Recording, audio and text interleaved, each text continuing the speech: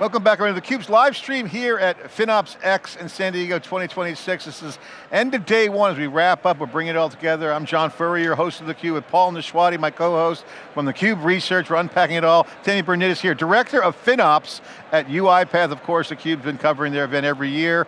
Big part of UI's success has been in a lot of the automation and agentic. You know this world, but now the game has changed because you have non-deterministic. And cloud is powering everything, so welcome to theCUBE. Thank you. Okay, so what's it been like for you at the show? What have been some of the conversations you've been hearing?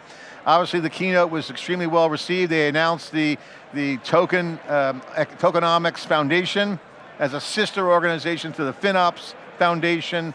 So playing together, but that seems to be a big, what are you hearing?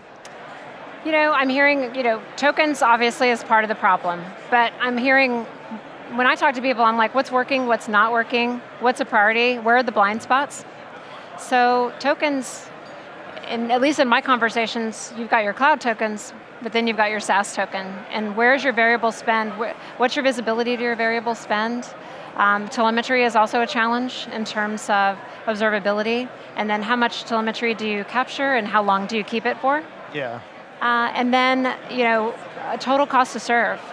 You really need to understand how much your products are costing you. There's always those hidden fees like security, networking, and so I think metrics is a broad term, but getting really concise in terms of how much does a given product cost, and then how do you factor in a token that resulted in something significant or a token that's just sitting there churning. Well, exactly, and there's a lot that you said that I had a reaction to, and one of the things that you said is, from the observability perspective, I used to kind of somewhat joke and say, the number one consumer of storage is observability, yep. Right? And say like, you basically have to be a storage admin in order to be an observability admin, right? Absolutely. So, because you're collecting a bunch of logs, you're not sure what to do with it, and then that data needs to be processed and identified. So now we have the ability with AI to kind of go through this, but you touched on a couple of other things. And this has kind of been a theme throughout the day at least for us, for me and such, is there's AI spend that's driving outcomes, and then there's experimental AI. And that should be treated very different because the cost around that should be treated different. What are your thoughts? Well, I think, when you look at experimental spend, I think you have to, before you can just say, here's some amazing AI technology and go and use it, I think you need to understand, what are the drivers behind that? What are the edge cases? So, do you have a metric or a value of measure before you go forage into experimental spend? Do you have a funnel? How do you prevent duplication of effort? How do we know who's working on what? Experimental spend can also kind of get you visibility, right? So maybe someone's working on some experimental spend and maybe that's causing a priority to fall behind. But I think in terms of experimental spend, controlling it, right? And making sure that if someone is going to use it, there's a fundamental measure after you deduct the spend of the experiment, like are we finishing sprints earlier? Are we bringing in some cost optimization? Are we bringing in more revenue? Should there be a different cost though, for those tokens? Well, I think you have to, in my experience, there's your IT spend, and then some people put that experimental spend maybe in a discretionary fund. Yeah. So in some cases it is segregated, but I think to go into it blindly without a funnel, a centralized funnel, and then some edge cases to measure what was the value, yeah. I think that's where a lot of people it can get out of control pretty quickly if you don't kind of put some parameters around it. Tammy, talk about your role at UiPath and FinOps. Are you internal to UiPath? Are you thinking about customers, vice versa? How do you spend your day? So as a practitioner, I spend my day, looking at AI. So that's just internal, right? I mean, I don't think, there are conversation in terms of AI spend, getting the right people in the right room and looking at the right data. So I think internal spend, that's a certain data set and that's a certain parameter. And then when you look at data in a perspective other than internal, that requires more people to be in the room, and that requires different data sets that may be confidential. Yeah. And so you have to separate those conversations out, but also make sure the right people are at the table. On the internal stuff, how are you guys looking at this? I can imagine, knowing UiPath, the appetite for AI tooling and services is probably really high. Yeah, in terms of being a practitioner and looking at AI spend, I think you have to break it down. Again, you have to know what your spend is by product, regardless of what cloud you're in. And then, we've done a good job of it at cloud. Now we have to factor in the marketplace and the SaaS and all of the extra spend, right? Or maybe you have some other tools in place like the security or the networking. And so it's really kind of, you have to identify what your total cost to serve is and then connect the dots from there, right? When you talk to other practitioners, yeah. Is it kind of like looking at each other like, look at us, we're on the frontier. What is the vibe like, and what is some of the inside the ropes conversations that's happening from peer-to-peer conversations? You guys sharing best practices, trying to rein in the chaos? Is it get visibility? What's the main topics? That's an excellent question. For me, speaking as a practitioner, I am absolutely in the community. I'm out there talking every day to everyone saying, what's working, what's new, what's hot. And we absolutely share. We cry, we get on the couch, we get the tissue. We are in this together. We're kind of like a family. And so absolutely, I think part of being, staying on the forefront of AI it requires you to get involved in the community and network with your peers in the community. Some people are crawl and some people are run and some people are walk. And what's changed the most in the past year in the FinOps community that you could see as notable change? Velocity? Variable spend.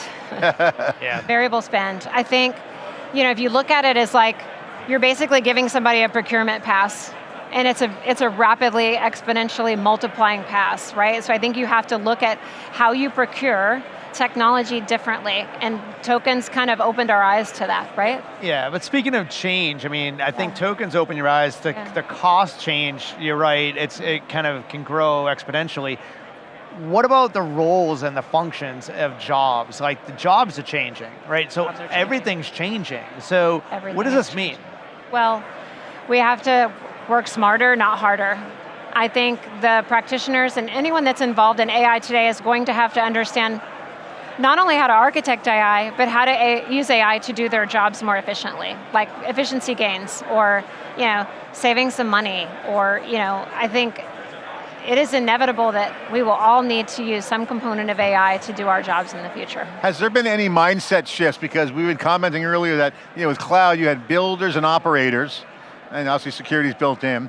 Now you got builders, operators, and investors, because the investment role is about not just getting the money, managing the procurement pass, but the practitioners have to think like investors, because what they save, they can keep in, so there's really kind of an acute entrepreneurial thinking.